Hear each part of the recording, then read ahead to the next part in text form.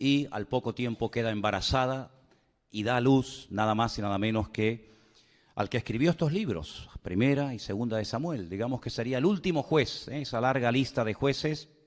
Samuel es el último en la lista, un hombre que estuvo 40 años juzgando al pueblo de Israel.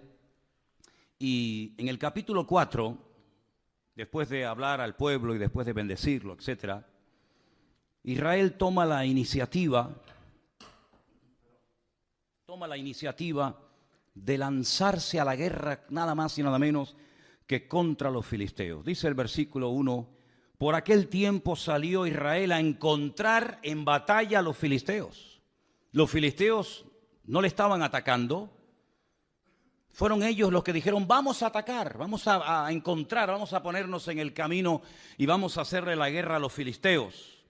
Y dice que Israel acampó junto a un lugar llamado Ebenezer, la piedra que me ayuda, o como algunos han traducido, hasta aquí nos ha ayudado el Señor, y los filisteos acamparon en Afec, lugar que significa la fortaleza.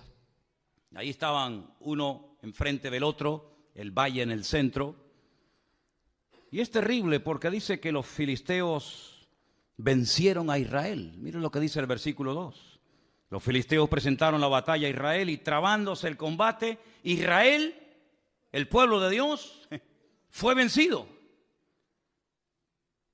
Y dice que huyeron de la batalla y en aquel día murieron como 4,000.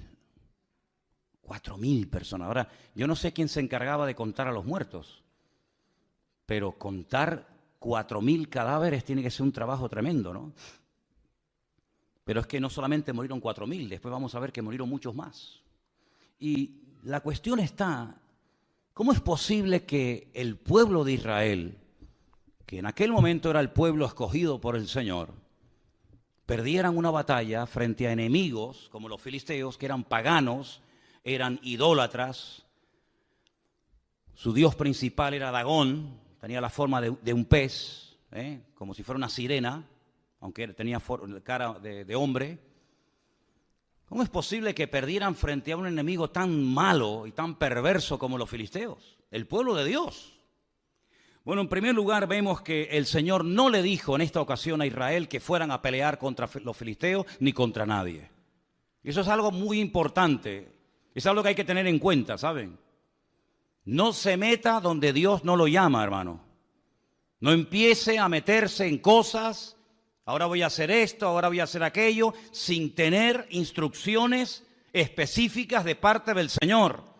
Porque vas en tu nombre, vas por impulso, vas en la carne, y eso a la larga te pasa factura.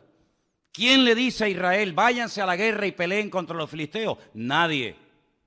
No es como en otras ocasiones que Dios habla y Dios revela su plan y su propósito al pueblo, sino que en esta ocasión Israel dice, vamos a pelear. En un golpe de impulsividad o de emoción, vamos a pelear contra los filisteos, que era una nación, que era un pueblo que estaba en la costa mediterránea, tremendamente poderoso, y se metieron en una batalla sin prepararse espiritualmente. Si no solamente no tienen una palabra específica del Señor, sino que no están preparados espiritualmente. Es más, si uno analiza el estado espiritual de Israel en aquel tiempo, no era el mejor, sino más bien todo lo contrario, era cuando peor estaban. Fíjense cómo estaba el liderazgo. Ofni y Fines, sacerdotes perversos, corruptos, que violaban a las mujeres en la puerta del tabernáculo en Silo. Personas que abusaban de su puesto como sacerdotes, quitándole a la gente ofrendas a la fuerza. El pueblo estaba en un momento terrible. No había comunión, no había relación con el Señor. El único del cual habla bien el Señor en aquel tiempo era de Samuel. Pero del pueblo, el pueblo estaba fatal. Y cuando una persona no está bien espiritualmente, ¿cómo se le ocurre meterse en batallas y meterse en terrenos donde para meterte, primero Dios te tiene que decir, métete? Y segundo, Dios te tiene que preparar espiritualmente para que no caigas herido y hagas el ridículo. Y encima, en tu mala decisión, puedas arrastrar a otras personas. Miren cómo murieron en el primer encuentro, en el primer encontronazo, 4.000 hombres. El título del mensaje de hoy es Decisiones equivocadas. Decisiones equivocadas pueden llevarnos a la ruina, a nosotros y a países enteros, y a iglesias enteras, y a familias enteras. Y lo que me llama la atención es que se sorprenden, encima se sorprenden porque han perdido. Miren, por ejemplo, lo que dice el versículo 3. Cuando volvió el pueblo al campamento, los ancianos de Israel dijeron: ¿por qué nos ha herido hoy el Señor delante de los filisteos? Mientras yo leía esta mañana esta porción, esta pregunta más bien, ¿por qué? ¿Por qué nos ha herido el Señor? ¿Por qué los filisteos hoy nos han ganado? Me venía a la mente, pero así, otro hombre de Dios que un día cuando perdió una batalla le hizo la misma pregunta al Señor: ¿por qué hemos perdido hoy la batalla? Déjenme que les lea un versículo. Preste atención. Josué rompió sus vestidos y se postró en tierra sobre su rostro delante del arca del Señor hasta caer la tarde. Y los ancianos de Israel echaron polvo sobre sus cabezas. Y Josué le dijo al Señor: ¿por qué nos ha vencido hoy el enemigo? La misma pregunta: ¿por qué nos ha sucedido esta tragedia hoy en Israel? ¿Por qué nos has entregado en las manos de los amorreos para que nos destruyan? Ay, Señor, ¿qué le diré? ¿Qué dirán que Israel ha vuelto sus espaldas delante de los enemigos? Porque los cananeos y los moradores de esta tierra oirán y nos van a rodear y borrarán nuestro nombre sobre la faz de la tierra. Y entonces, ¿qué harás tú con tu gran nombre? Pero espérense. La diferencia entre la pregunta que le hace el pueblo de Israel al Señor en 1 Samuel 4 y la pregunta que hace en Josué capítulo 7, Josué al Señor, es muy diferente, porque unos no esperan que Dios responda. Cuando tú haces una pregunta, espérate a que se te responda. No preguntes y respondas al momento, sino infórmate, cerciórate si lo siguiente que quieres hacer es lo correcto o vas a seguir metiéndote más en líos.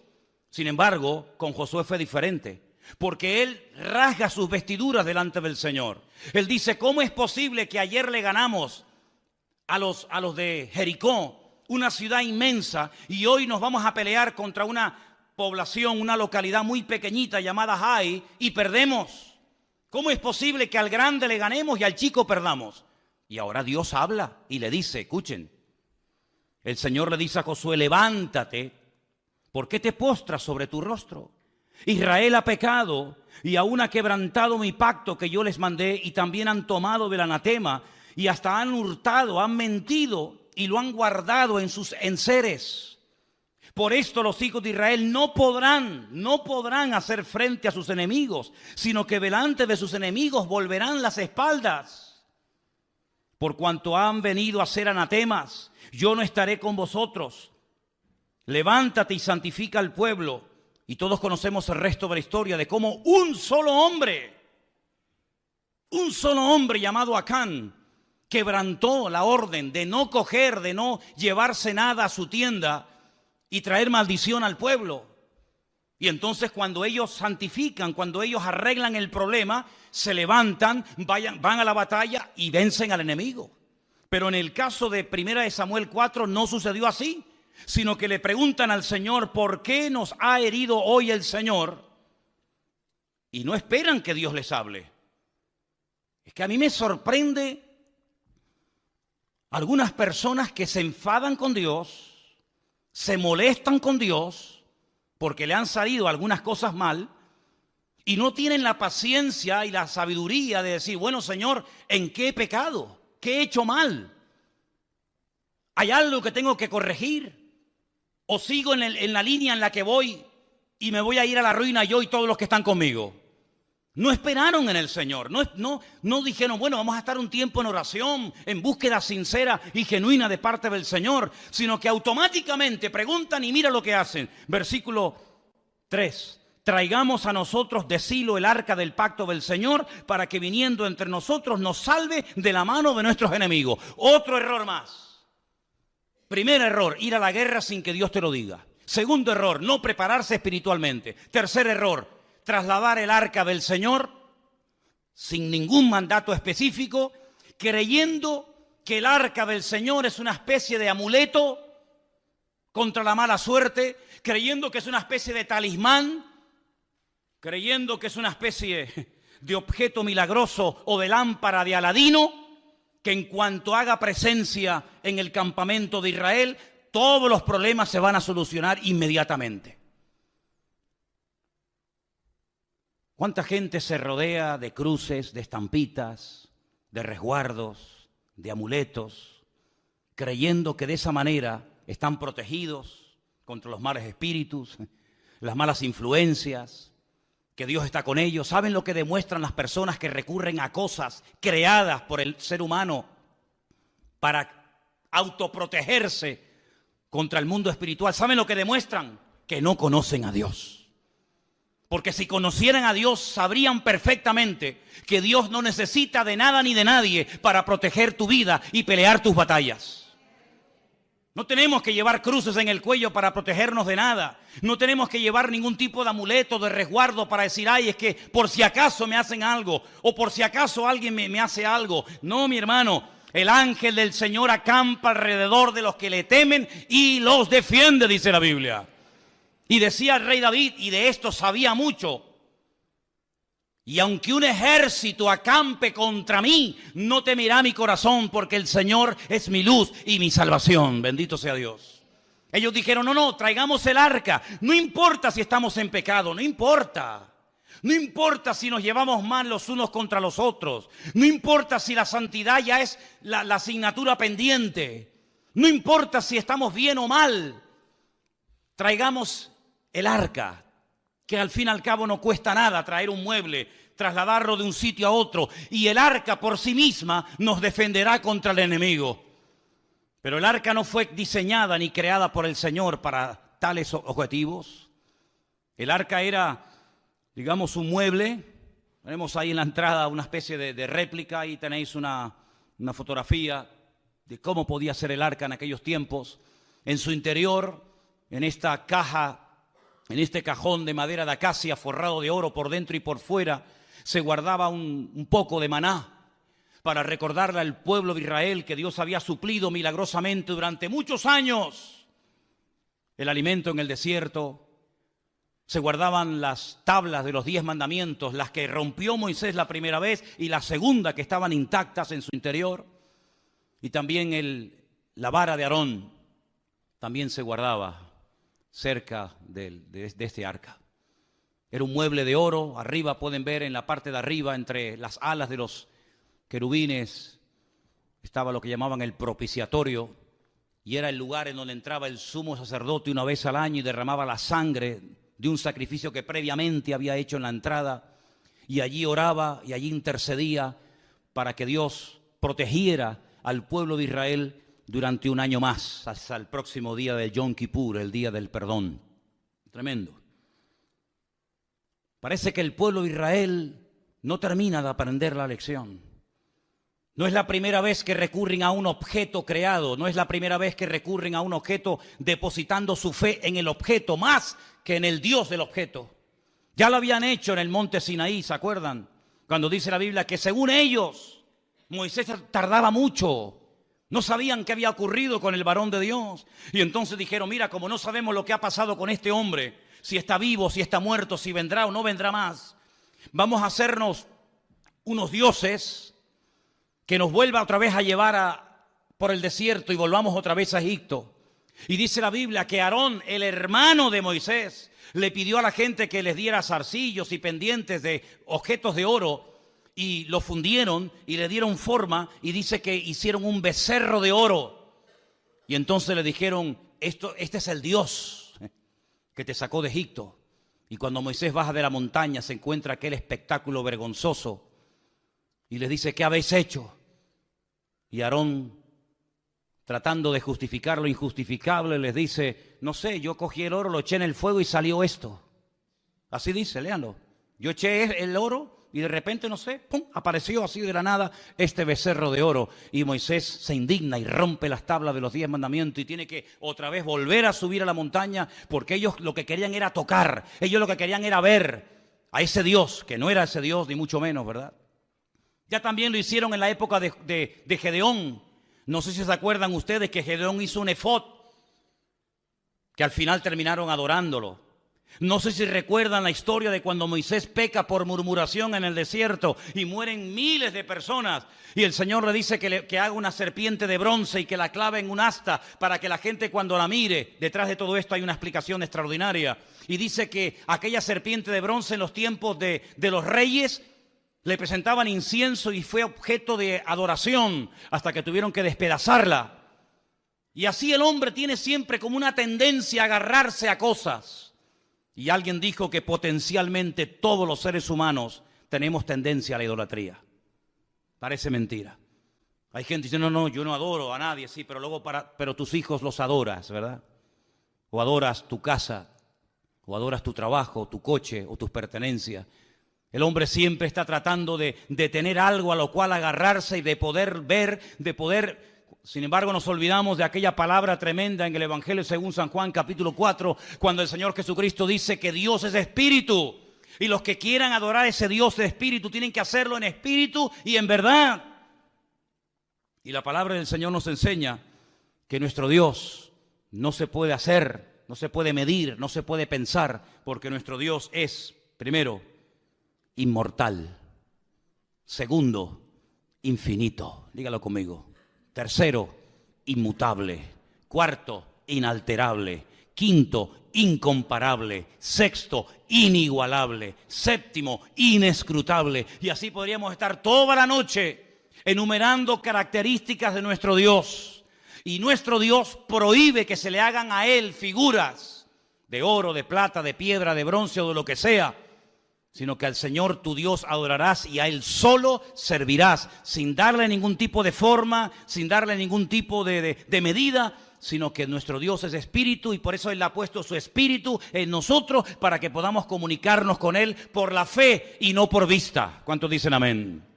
Pero Israel cayó en la torpeza de creer que porque venía el arca al campamento, lo cual trajo aparentemente mucho júbilo y mucho grito, pero solamente fue eso. Mucho grito, nada más.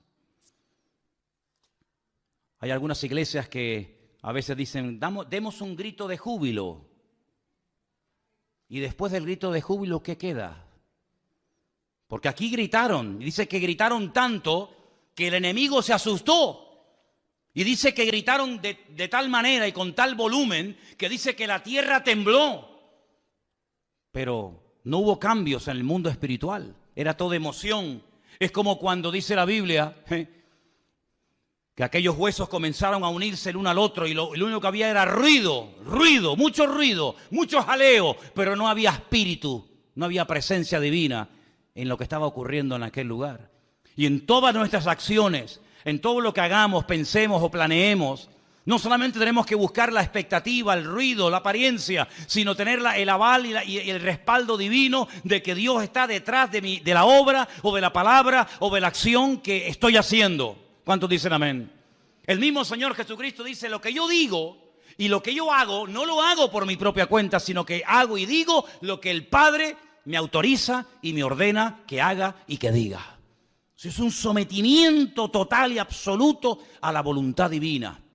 En palabras y en acciones, pero en estos nada que ver. Se quejan porque Dios nos ha abandonado, porque el enemigo se ceba con nosotros. Pero escuchen, si vamos un poquito más adelante, por ejemplo, al versículo 10, cuando ellos ya se creen fuertes porque ya tienen el arca de la alianza entre ellos, dice, pelearon pues los filisteos, y otra vez dice, terrible, Israel fue vencido. Ya es la segunda vez. Primera vez te dio una paliza y 4,000 hombres perdieron la vida. Y no aprendes, no hay manera, Vas de mal en peor y sigues y sigues y sigues. Pero ¿cuándo nos vamos a dar cuenta que lo natural es un reflejo de lo espiritual? ¿Cuántos millones de veces tengo que decir lo mismo? Que cuando las cosas van mal, Dios te está dando un mensaje que tienes que saber interpretarlo y tienes que pararte y preguntarle al Señor, Señor, ¿qué está ocurriendo? Porque no es como el mundo dice, bueno, es mala suerte, es una mala temporada, no. Sino que la palabra del Señor nos da principios concretos y específicos para que la victoria no sea algo casual, algo esporádico, sino sea la tónica habitual de nuestra vida. Y cuando en mi vida no hay victoria, cuando en mi vida lo único que hay son desgracias, follones, peleas, divisiones, enfermedades, conflictos, etcétera, etcétera, tienes que pararte, querido. Y tienes que preguntarle a tu Dios, que dicho sea de paso, es un Dios de amor, que quiere lo mejor para sus hijos. Señor, ¿qué estoy haciendo mal? No como esto que le decían, ¿por qué nos has abandonado? No, el problema no está que Dios les ha abandonado. El problema es que ustedes han abandonado a Dios. No le eches la culpa a Dios. Como dicen los inconversos que todos conocemos, ¿y si Dios es tan bueno? ¿No has encontrado gente así? Bueno, si Dios es tan bueno, ¿por qué se mueren los niños de hambre? ¿Y por qué hay guerras por aquí? Como si Dios fuera el culpable de todo eso. Y aquí está esa actitud reflejada. ¿Os dais cuenta que el corazón del hombre, da igual si es en el Antiguo, en el Nuevo Testamento, en la Edad Media o en el tiempo presente, el corazón del hombre es igual? Siempre tratando de buscar el chivo expiatorio. Siempre tratando de echarle la culpa a algo o a alguien, menos a sí mismo. Claro, hemos perdido la guerra porque nos has abandonado. La culpa la tienes tú. Porque yo fui a la guerra, yo afilé mi espada, yo me fui con mi coraza, con mi yelmo, con mi jabalina, me fui preparado, pero tú no me apoyas, tú no estás conmigo, tú no me respaldas y por eso las cosas me van mal en la vida. No caigas en ese error. Los que hablan así son los que no conocen a Dios. Los que conocen a Dios pueden llegar a decir, aunque Dios me mate, lo seguiré adorando, porque yo sé que mi Redentor está vivo. Pero los que hablan así, ¿por qué nos has abandonado?, son los que están mal e intentan condenar a Dios para justificarse a sí mismos. Es como en una de las conversaciones profundas que Job mantiene con Dios, donde él intenta presentar argumentos convincentes. Y hay un momento en el que Dios le interrumpe y le dice, pero querido Job, ¿me vas a condenar a mí para justificarte tú? No, queridos.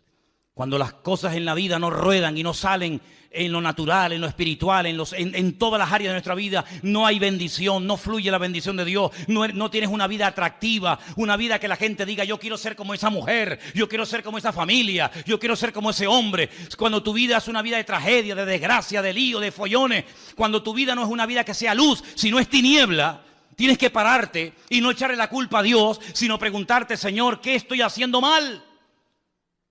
Y el Señor te va a hablar, como le habló Josué, ¿visteis? Y le dijo, no, es que el problema es que hay pecado y Dios no se puede mover y su gloria queda detenida cuando hay pecado y desorden en el pueblo. A mí me sorprende que siga lloviendo. A mí me sorprende que podamos seguir respirando. A mí me sorprende que aún estemos con vida. Y no es por nuestros méritos, sino es por la misericordia y por la gracia de nuestro Dios, ni más ni menos. ¿Estamos de acuerdo, hermanos? Vuelven a pelear y miren lo que pasa. No han aprendido. Hermanos, si no aprendemos de la historia, la volveremos a repetir. Así dijo David Ben-Gurión, primer presidente de Israel. Si no aprendemos de la historia, volveremos a repetir los mismos errores. Y me da la impresión de que hay muchos líderes políticos a nivel mundial que no han aprendido de la historia y que vuelven otra vez a repetir la historia y los mismos errores, y aún peor que en el pasado. Pelearon los filisteos, Israel fue vencido, huyeron cada cual a sus tiendas y fue hecha muy grande mortandad, pues cayeron de Israel 30,000 hombres de a pie. Primeramente habían caído 4,000, ahora 30,000, ya van 34,000 muertos. Pero cuando tú abres una brecha al pecado, el pecado siempre va más, es como un cáncer. El cáncer no va menos.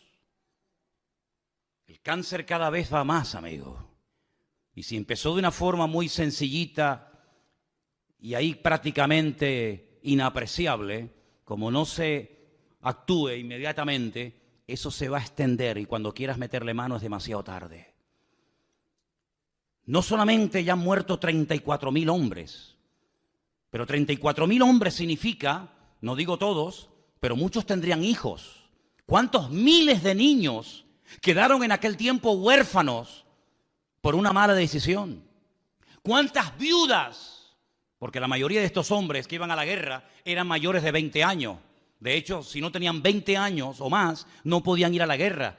Y a esas edades, la mayoría de los hombres ya estaban casados.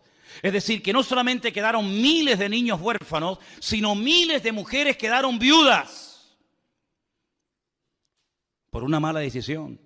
Pero no solamente fue eso, sino dice que en aquel segundo encuentro de Israel contra los filisteos, los dos hijos del sacerdote Elí murieron, Ofni y Fines. Versículo 17. El mensajero dijo: Israel huyó delante de los filisteos, y también fue hecha gran mortandad en el pueblo, y también tus dos hijos, Ofni y Fines, fueron muertos, y el arca de Dios ha sido tomada. Ya están muriendo hijos por culpa de los padres. Ya no solamente son los padres los que mueren, también son hijos los que están muriendo por las malas decisiones de los padres. Jesús dijo en una ocasión una palabra tremenda, que a veces se cita así muy a la ligera y no nos paramos a pensar en la profundidad que contiene la misma. Él dijo: los tropiezos, no os engañéis, siempre vendrán. Es como cuando dijo: los pobres siempre estarán en el mundo. Cuando queráis podéis ayudar a los pobres. Siglo XIX, siglo XX, siempre habrá pobres, siempre habrá miseria, siempre habrá desigualdades, ¿verdad? Ricos, pobres, los que estén bien, los que estén abajo. Y él dijo: tropiezos, problemas y dificultades siempre vendrán, pero ay de aquel que me haga tropezar a uno de mis hijos y a uno de mis pequeños. Porque mejor le fuera haberse atado una piedra de molino al cuello y echarse a la mar que haber hecho tropezar a uno de estos pequeños. Si te quieres reventar y hacer lo que te da la gana, hazlo, allá tú, con tu conciencia y con tu Dios. Pero ten cuidado que en tu locura arrastres a tus hijos y el día de mañana te pese en el alma y en el corazón haberlos tenido del tingo al tango, ahora aquí y mañana allá, y al final ni comes ni dejas comer a tus hijos. Ten mucho cuidado, porque por la locura de esta gente, no solamente niños quedaron viudos, no solamente huérfanos, no solamente mujeres quedaron viudas, sino que ahora también están comenzando a morir hijos. Y es terrible cuando a veces por nuestras decisiones equivocadas, vuelvo a decir, decisiones equivocadas, título del mensaje de hoy, hacemos tropezar a otras personas que nos siguen, pero no porque te apoyen, sino porque no les queda otro remedio. Pero no te olvides que el que te sigue a la fuerza algún día te abandonará, porque los que nos tienen que seguir a nosotros no es por la fuerza, no es por la presión, sino es por la convicción. También seguían a Saúl, pero dice que le seguían temblando de miedo. Pero sin embargo dice que había muchos que seguían a David desarmados, pero porque tenían una confianza tremenda en su líder, porque sabían que era el hombre más cerca del corazón de Dios. ¿Te das cuenta? 34,000 muertos. Miles de niños huérfanos, miles de viudas solas, los hijos del sacerdote muertos. Pero hay más todavía, hay más todavía, porque no doblan su corazón delante de Dios, porque no se humillan. Y cuando no se humilla el pueblo, cuando no pide perdón, el diablo se ceba y el diablo va por todas y ahora les roba el utensilio más sagrado en toda la historia del pueblo de Israel, el arca del pacto. El Aarón Berit, el arca del pacto. Esa palabra pacto en hebreo es Berit, es una palabra sagrada, es una palabra que tiene una connotación espectacular, porque un pacto no es un contrato. Un contrato se quiebra, se rompe cuando uno de los dos no cumple las condiciones. Pero los pactos que Dios ha hecho no se quiebran, los pactos de Dios son eternos. Y ellos traen ese mueble que es el símbolo, es la representación física, tangible y visible de un pacto que un Dios eterno ha hecho con un pueblo que le está siendo infiel. Y lo que recurren es al tipo, al símbolo, en vez de al Dios del pacto. Qué tremendo cuando aquella mujer llamada Helena se dedicó a ir por Tierra Santa, sobre todo por Jerusalén, buscando reliquias. Era la madre de Constantino, supuestamente el primer emperador romano convertido o que reconoció y admitió el cristianismo como la religión oficial del Imperio Romano. Y fue a Jerusalén y comenzó a buscar el lugar donde Cristo había muerto. Y fue a Jerusalén buscando la túnica que le habían quitado los romanos cuando estaba clavado en la cruz. Y fue a Jerusalén tratando de encontrar astillas de aquella cruz y los clavos y las espinas y las sandalias y esto y aquello. Y ahí comenzó todo un negocio y toda una parafernalia litúrgica y religiosa acerca de cosas, ¿verdad? Y la gente hasta el día de hoy adora y se agarra y se aferra a cosas, al fin y al cabo creadas por el ser humano. Y cuando vamos a Israel yo le digo a la gente, ¿y qué más da? ¿Qué más da si sobre esa piedra el Señor se inclinó, se sentó o lloró? ¿Qué más da? No deja de ser una piedra, no adoremos las cosas, adoremos al que vive por los siglos de los siglos, amén. Sin embargo, el hombre, como dije antes, tiene una tendencia brutal a la idolatría. Y si no tiene nada o a nadie a quien adorar, recurre a la peor de todas las idolatrías, que es la egolatría, que es adorarme a mí mismo y decir yo soy el dueño, yo soy el Dios. Y encima le digo al verdadero Dios, tú no existes, el que existe soy yo. Esa es la peor de las idolatrías. Y esto es lo que le pasó al pueblo de Israel, un pueblo que tenía que ser cabeza y se convirtió en la cola y en el hazmerreír de los filisteos en aquella época. Quiero que volvamos a ver esa imagen donde veíamos el territorio que ocupaban los filisteos en aquella época. Esa franja mediterránea larga, de más de 50 kilómetros de largo, en color rojo, era el territorio que en aquellos tiempos ocupaban los filisteos. Los filisteos no eran originarios de allí, no. Los filisteos eran un pueblo, la mayoría de los historiadores dicen que puede ser que vinieran de la isla de Creta, no eran oriundos de Canaán, eran de otro lugar que decidieron trasladarse en barco y tomar posesión de esas ciudades tan importantes que hasta el día de hoy existen. Por ejemplo, tal vez la ciudad más famosa que tenía los filisteos en aquel tiempo, que sigue existiendo hoy en día, es la ciudad de Gaza. ¿Quién no ha oído hablar de la franja de Gaza? A continuación estaba la ciudad de Askelón, donde murió ¿quién? Sansón, en el templo del dios Dagón. A continuación estaba la ciudad de Asdod. Estamos hablando de ciudades preciosas. He tenido la oportunidad y el privilegio con Elena de visitarlas. La ciudad de Askelón es una belleza de ciudad, Asdod, ni te imaginas. A continuación estaba Ecrón y a continuación estaba Gat. Son las 5 ciudades de los filisteos. Las 5 piedras que David cogió del arroyo era para matar a los 5 gigantes de las 5 ciudades más importantes del Mediterráneo, en aquel tiempo dominadas por los filisteos: Gaza, Asdod, Askelón, Ecrón y Gat.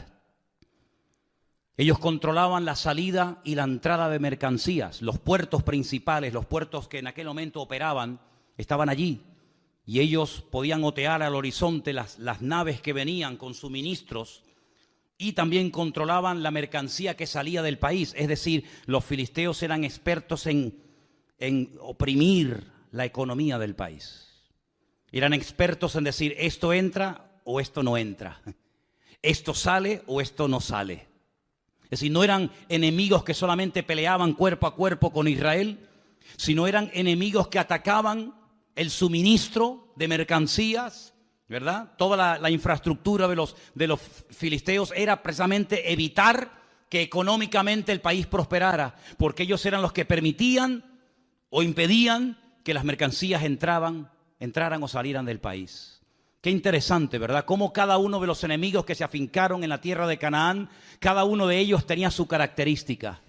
Qué tremendo cuando aquel filisteo desafía al pueblo de Dios. Lo vamos a ver más adelante en estos próximos días en el libro de Samuel. Y cómo David reconoce, cómo David discierne espiritualmente que detrás de ese gigante, detrás de esa masa de carne, detrás de ese hombre natural, hay un poder, un principado espiritual que lo que intenta es ahogar y lo que intenta es amedrentar y asustar al pueblo de Dios. El arca es robada, se la llevan los fariseos a su tierra No es que obraran mejor que los israelitas, pero a veces, escúchame bien, los inconversos son el látigo que Dios utiliza para tratar con tu vida. Escucha bien esto que te acabo de decir. Tal vez lo has oído o tal vez la primera vez en tu vida que un pastor te dice esto. Ten cuidado porque si no escuchas la voz de Dios, si no prestas atención a la voz de Dios, puede ser que Dios le permita a algún inconverso golpearte y humillarte para que busques a Dios sí o sí. No te olvides que Dios puede utilizar al faraón para decirte ven y toma tierras y vive de maravilla, o al mismo faraón o a otro lo puede utilizar para amargarte la vida y para impedirte y coaccionarte tu libertad. Dios puede utilizar a un Nabucodonosor para destruir a un templo y para destruir una civilización y para destruir a todo un pueblo y una ciudad, y al mismo personaje el Señor lo puede utilizar para levantarte y para prosperarte y ponerte con autoridad y con poder en Babilonia, como fue el caso de Daniel, Mesac, Abednego y Misael. No te olvides que Dios puede utilizar a un Ciro, ¿verdad?, para volver a reconstruir el templo, o puede utilizarlo para destruir el templo. En otras palabras, Dios quiere tratar con tu vida sí o sí. En esta iglesia o a la que vayas, no puedes huir del trato de Dios. Si no le escuchas por las buenas, tendrás que escucharlo por las malas.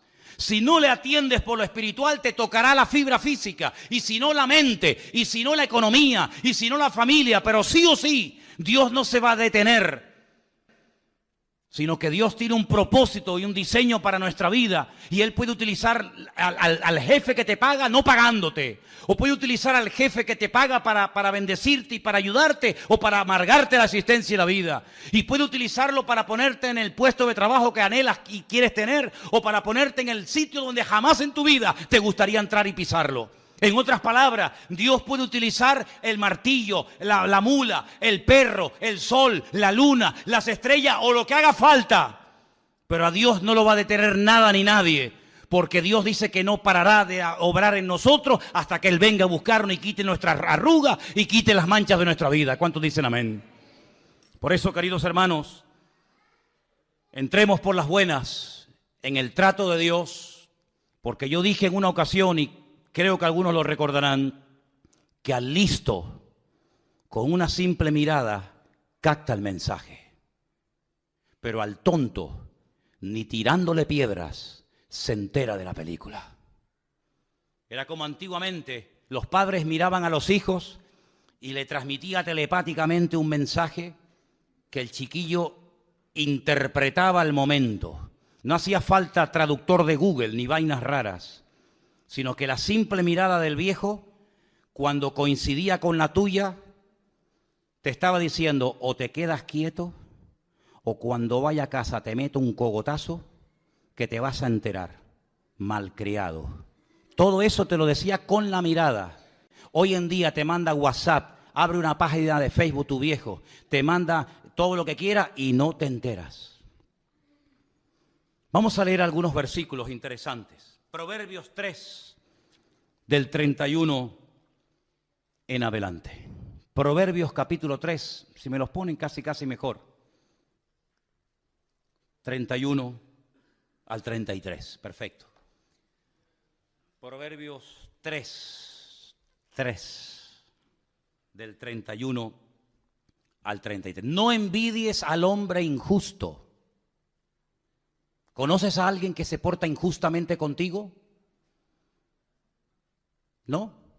Bueno, yo sé que ustedes siempre están en otro nivel, están en una dimensión espiritual a la que yo todavía no he llegado, pero si algún día conoces a alguna persona injusta que le va bien, tiene un buen coche y tal y cual, dice, no lo envidies, no tengas envidia del injusto, ni escojas ninguno de sus caminos, porque el Señor abomina. ¡Ay! Nos habían dicho que Dios ama al pecador y aborrece el pecado. ¿No nos habían dicho eso? Pues es que eso no está en la Biblia. No, hermano. La Biblia dice que Dios ama al pecador, pero aborrece el pecado. ¿Y dónde está eso? Eso no es en la Biblia. Eso se lo inventaron yo no sé quién. Yo lo que leo es que Dios abomina al perverso. ¿Cómo va a amar Dios a un violador de niños? Tendrá que arrepentirse de su pecado para cambiarlo y para hacer algo en su vida. Pero mientras no se arrepienta, el violador, el asesino, el ladrón, el injusto, etcétera, etcétera, dice, Dios lo abomina al perverso, pero su comunión íntima, ¿con quién es? Con los justos. Y el 33, porque la maldición de Dios, ay amigo, ahora se va a dar cuenta porque hay gente que está así, porque la maldición de Dios es real, es tan real como la bendición de Dios, igual. La maldición de Dios, ¿dónde está? En la casa del impío, de los que le han dado la espalda a Dios. Pero Él bendecirá la morada, la casa de los justos. Así es lo que dice la palabra. Salmo 37, 1 y 2, un salmo que le gusta mucho a Miriam. Salmo 37, 1 y 2, es precioso. No te impacientes a causa de los malignos. Otra vez la envidia. Ni tengas envidia de los que hacen iniquidad, porque como hierba serán pronto cortados y como hierba verde se secarán. ¿Cuántos dicen amén? Y el último, segunda de Pedro capítulo 2, del 20 al 22. Dice así la palabra. Ciertamente, y esto es muy fuerte esta palabra que voy a leer esta noche, espero que no haya nadie que esté viviendo en este terreno, porque mira lo que dice el Señor. Si habiéndose ellos, está hablando de gente que conoció, gente que tuvo un encuentro con el Evangelio, si ellos, habiendo escapado de las contaminaciones del mundo, ¿y cómo escaparon del sistema de valores del mundo? Como dice ahí, de las contaminaciones del mundo. ¿Cómo lo hicieron? Por el conocimiento del Señor y Salvador Jesucristo. Así escaparon de ese mundo. No por fuerza de voluntad. No porque dijeron, bueno, yo me voy a proponer no juntarme con gente mala, voy a intentar cambiar. No es por ese sistema. Sino que hay gente que escapó, logró salir de las contaminaciones del mundo por el conocimiento del Señor y Salvador Jesucristo. Eso está bien claro, ¿sí o no? ¿Sí o no? Dice, enredándose otra vez en ellas, son vencidos, claro. Su postrer estado viene a ser peor que el primero. Porque mejor les hubiera sido no haber conocido el camino de justicia, que después de haberle conocido, volverse atrás del santo mandamiento que les fue dado.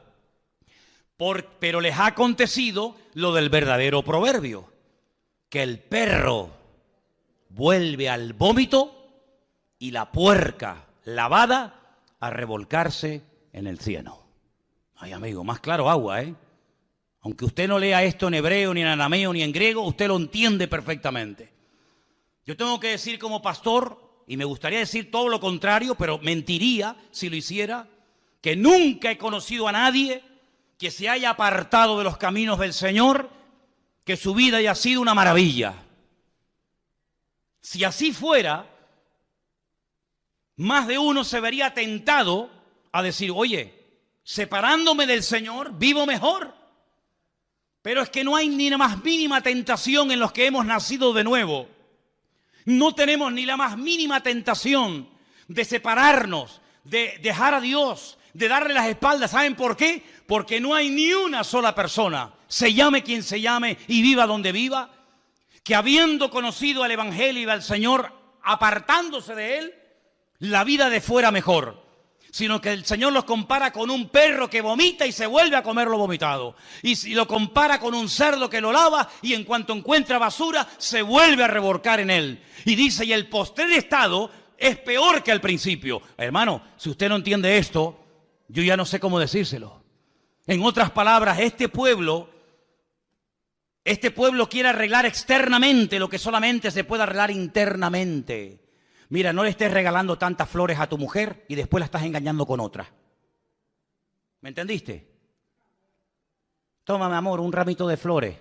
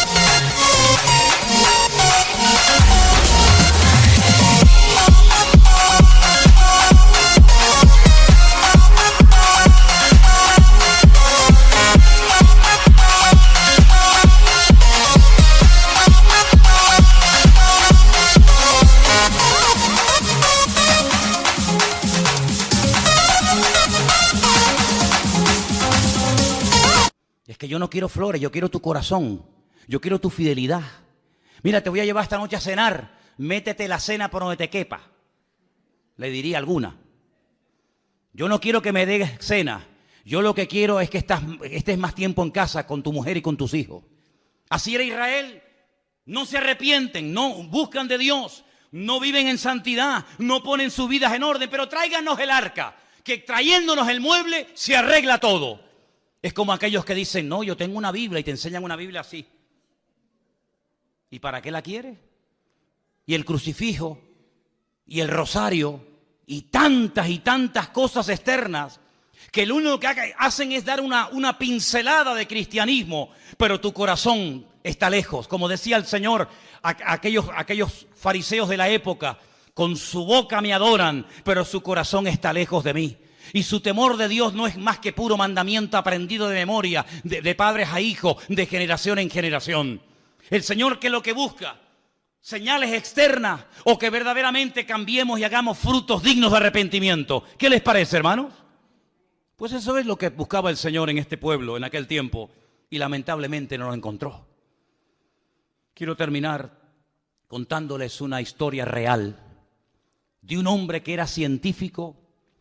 Y viendo cómo estaba el mundo tan deteriorado, tan pésimas condiciones, intentó en su laboratorio encontrar la respuesta a los males del mundo. Y ahí estaba de noche y de día con sus fórmulas químicas y matemáticas y esto y aquello, tratando de encontrar algo, no sé, algo, una pastilla, un remedio para los problemas del mundo. Pasaba horas y días, semanas enteras en su laboratorio, tratando de encontrar el remedio para los males del mundo. Y cuando estaba allí metido con todo su trabajo y con toda la faena, de repente entra en el laboratorio su niño pequeño de 6, 7 años, revoltoso, toqueteando, jugueteando con todo. Y el padre sabe que no va a poder seguir trabajando porque el chiquillo era muy inquieto. Y entonces no se le ocurre otra cosa al padre que coger una revista donde hay un mapa del mundo, lo arranca, la corta en pedacitos y le dice al niño, toma, tú solo, quiero que arregles el mundo, quiero que pongas cada continente y cada ciudad en su sitio, cada país en su sitio. Y le da esas hojas del mapa rotas y un trozo de una cinta adhesiva para que lo arregle y se lo traiga al padre. El padre dice, bueno, ahí lo tendré aburrido y me dejará trabajar tranquilo. Al poco rato, el niño se acerca al padre y dice, papá, ya está todo arreglado. El padre le dice, no puede ser, no puede ser. A ver, muéstrame qué es lo que has hecho. Y efectivamente, le muestra el mapa perfecto, todo pegadito con cinta adhesiva, cada país en su sitio, cada continente en su sitio, todo en su lugar. El padre se queda sorprendido y le dice, pero hijo, ¿cómo has sido capaz tan rápido, sin conocer tú al mundo, sus ciudades, sus países, sus continentes, cómo has sido capaz de arreglarlo tan rápido? Y le dice, papá, es que yo no sé arreglar el mundo, pero cuando arrancaste la hoja, yo vi que por detrás había la figura de un hombre.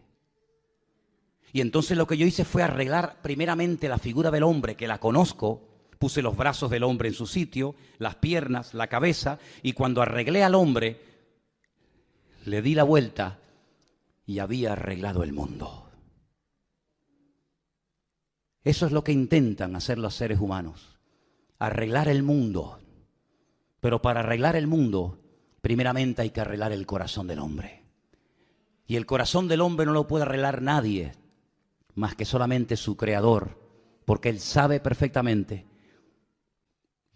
cada cosa en su sitio y cómo poner cada pieza en su lugar. Y entonces, cuando arreglemos nuestra vida, podremos optar por arreglar el mundo, por meternos en la vida de los demás, por ir a batallas guiados por el Señor y no por impulsos carnales, tomando decisiones equivocadas, que lo único que traen es humillación, vergüenza y muerte. ¿Cuántos dicen amén? Cierra tus ojos en esta tarde ahí donde estás.